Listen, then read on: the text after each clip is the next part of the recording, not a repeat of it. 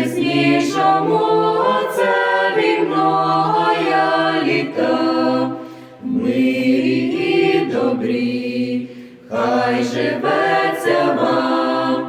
серце хай радіє щиро Господнім дарам, серце хай радіє щиро Господнім дарам, в Бозі все живіть і Його любіть, і в цей день вітання щирі ви від нас прийміть,